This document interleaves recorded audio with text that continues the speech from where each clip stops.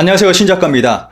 일본 같은 경우는 국뽕스러운 뉴스를 굉장히 많이 내보냅니다. 좀 상상을 초월할 정도로 무조건적인 일본 찬양, 일본의 문화, 정치, 경제 모든 것들을 다 미화시켜서 내보내는 그러한 뉴스들이 굉장히 많은데, 최근에는 이상하게 일본의 좀 안 좋은 부분, 어두운 부분을 보도하는 뉴스들도 굉장히 많습니다. 좀 자아성찰하는 그러한 보도들도 꽤 많이 눈에 띄고 있습니다.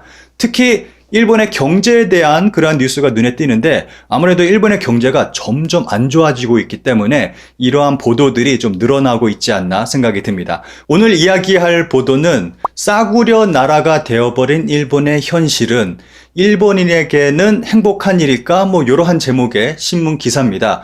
그런데 이 기사를 가지고 만들어진 유튜브 영상을 제가 본 적이 있는데, 요거를 관광 쪽으로 이야기를 하더라고요. 요거는 관광하고는 전혀 관련이 없는 일본의 경제에 대한 이야기입니다.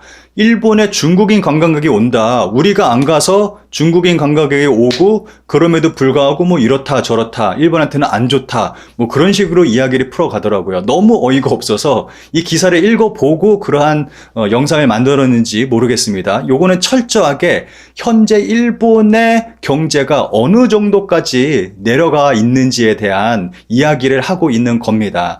오늘은 요 기사를 좀 살펴보고 중간에 한국과 일본의 경제 상태가 어떠한지에 대해서 좀 간략하게 살펴보고, 마지막에는 댓글을 좀 보도록 하겠습니다.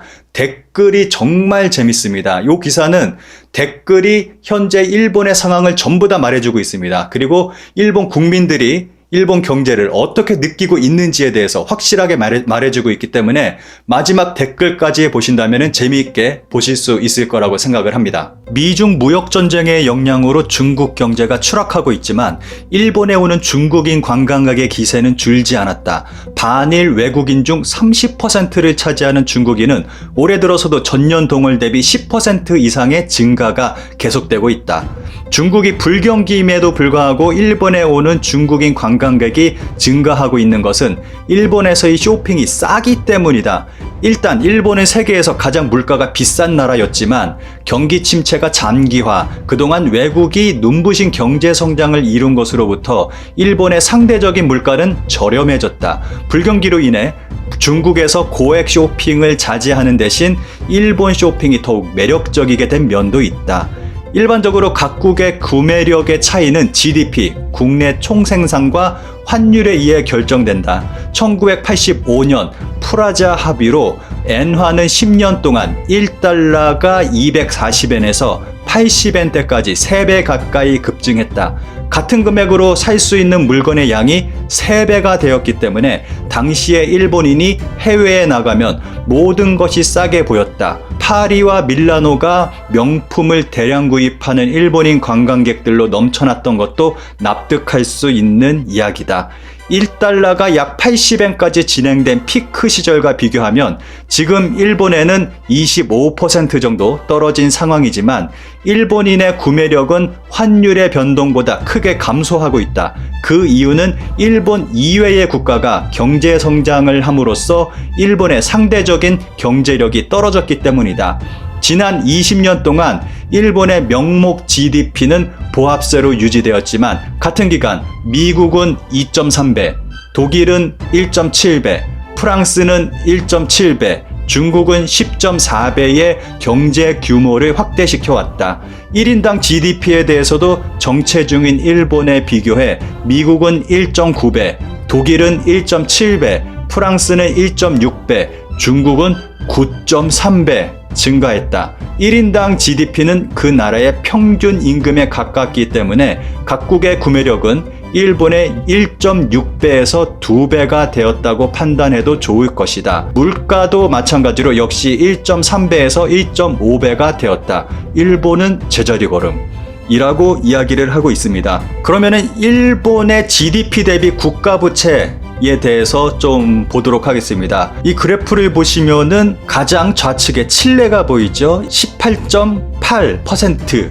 칠레가 가장 낮게 나타나고 있습니다. 그 옆으로 34.4% 노르웨이, 한국은 34.7%입니다. 우리나라 요즘 경제 안 좋다, 무슨 남미의 어느 나라처럼 망할 거다, 이런 얘기 많이 하는데, 한국 경제 좋아지고 있습니다. 그렇게 걱정할 필요는 없다고 생각을 합니다. 그래서 그래프를 보시면은 뭐 다른 나라들 쭉쭉쭉쭉 올라가는데 프랑스 정도 들어서 한 100%까지 올라갑니다. 그러다가 그리스가 확 올라갔죠. 164.2%. 이러니까 망했죠. 그리고 옆에 일본은 압도적인 세계 1위입니다. 234.8%. 정말 그 어느 나라도 따라잡을 수 없을 정도로 국가 부채가 압도적으로 높은 상태입니다. 다음은 한국과 일본 1인당 GDP 전망에 대해서 살펴보도록 하겠습니다. 그래프를 보시면은 1981년도 일본은 한 $10,000 정도에서 시작을 하고 한국은 한 $2,000 정도 되나요? 여기서 시작을 하는데 일본 같은 경우는 급성장을 합니다. 90년대 정점을 찍더니 여기서 버블 무너지면서 좀 주춤주춤 하면서 좀 2010년도에 좀 올라가더니 갑자기 또 꼬꾸라지고 있죠. 일본은 버블 붕괴 이후로 안정적이지 못하게 경제가 휘청거리고 있습니다. 그런데 한국을 보시면은 쭉 올라가고 있습니다. 90년대 후반에 IMF 그리고 2000년도 후반에 세계경제위기 때 잠깐 좀 내려가는 거 말고는 안정적으로 지속적으로 계속해서 올라가고 있습니다. 그래서 2020년대 되면은 2020년이면은 내년이잖아요. 내년이면은 뭐 거의 비슷할 거라고 얘기들을 하고 있고, 그리고 2025년도 많은 전문가들이 2025년도를 기준으로 해서 한국과 일본의 GDP가 역전할 거다라고 이야기를 하고 있습니다.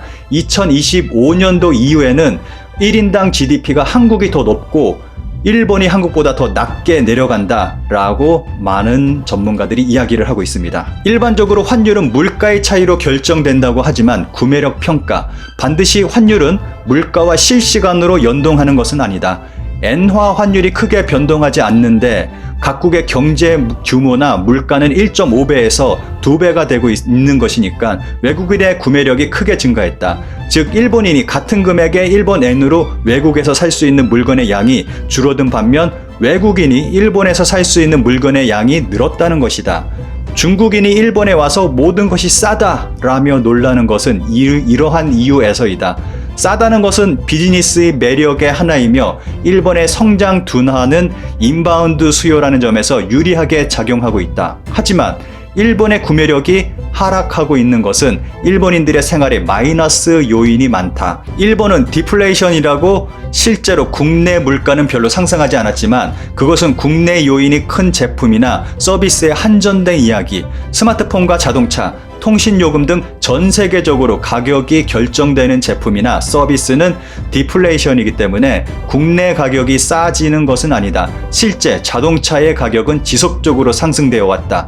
일본이 싼 국가인 것은 일본의 소비자들에게 골치 아픈 이야기일 뿐이다 라며 기사를 마무리하고 있습니다. 여기서 댓글을 좀 보도록 하겠습니다. 댓글이 굉장히 재밌습니다. 싸구려 나라에서 가장 곤란해지는 것은 노동인구의 감소일 거라 생각한다.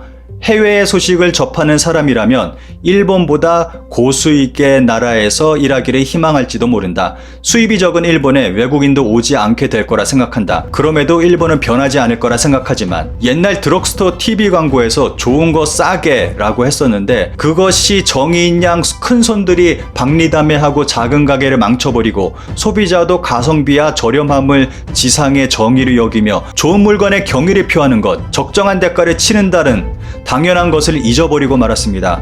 좋은 물건을 만드는 것이 보통이 아니라 굉장히 힘든 일이며 이것을 싸게 팔면 물건을 만드는 사람들은 문을 닫을 수밖에 없습니다. 일본 물가가 아무리 싸져도 일본인들이 모두 가난해졌으니 여유로운 삶은 꿈도 못 꿉니다. 지금 일본의 참상은 팔리지 않는다면 싸게 팔아버리라고 생각하는 단순한 생각의 경영자와 가성비밖에 생각하지 않는 소비자 책임입니다. 원재료부터 생산까지 국내에서 한다면 좋겠지만 원료를 수입하는 것이나 해외에서 생산하는 것은 비싸서 일본인이 감당할 수 없게 된다. 이미 경차가 200만 엔, 콜로라가 300만 엔의 시대다. 연봉 1,000만 엔도 유럽에서 보면 전혀 고수입이 아니다. 국가적 프로젝트에서 진심으로 디플레이션을 멈춰야 한다. 개인적으로는 법률로 매년 3%의 임금 인상을 의무화하지 않으면 디플레이션 탈피는 무리라고 생각한다. 자유경제에 맡기고 30년간 임금이 오르지 않는다면 그 정도 하지 않으면 안 된다고 생각한다. 다른 방법이 있다면 알려주기 바란다. 한번 중국에 가볼 것을 제안합니다. 그것도 강남 상해입니다. 2, 3만 엔에 갈 수 있습니다. 가보면 얼마나 일본이 뒤처져 있는지를 자각할 수 있다고 생각합니다. 이를 모른 채 중국을 논해서는 안 됩니다. 대단해요, 중국은. 중국과 비교하지 않아도 일본은 전혀 선진국이 아니라 낙후되어 있습니다.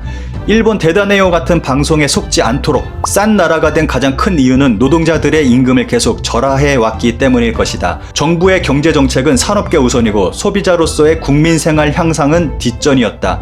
그래도 고도성장기는 임금도 나름 올랐기 때문에 산업계 우선 정책에서도 불만이 나오지 않았다. 그러나 거품이 붕괴된 후에도 산업계의 요망에 부응하기 위해 비정규직 노동의 본격적 도입 등 기업 우선의 정책을 계속 따랐다. 일본의 GDP의 6할은 개인 소비로 여기가 약해져서 일본 경제는 시들고 있다. 경제계는 눈앞의 이익을 위해 개인 소비라는 최대의 고객을 잃었고 나중에 깨달았을 때는 이미 때가 늦었다는 상태가 되어 있다는 것이다. 개인적인 생각을 말하자면 리먼 쇼크 이후 일본인들은 물가도 노동의 대가도 올리는 것에 주저하게 된 것 같다. 싼 쪽으로 고객을 빼앗기는 두려움이 아직까지 계속되고 있다고 생각한다. 세율은 계속 오르고 실질 소득이 계속 낮아지는 동안 일본은 싼 나라 그대로라고 생각한다.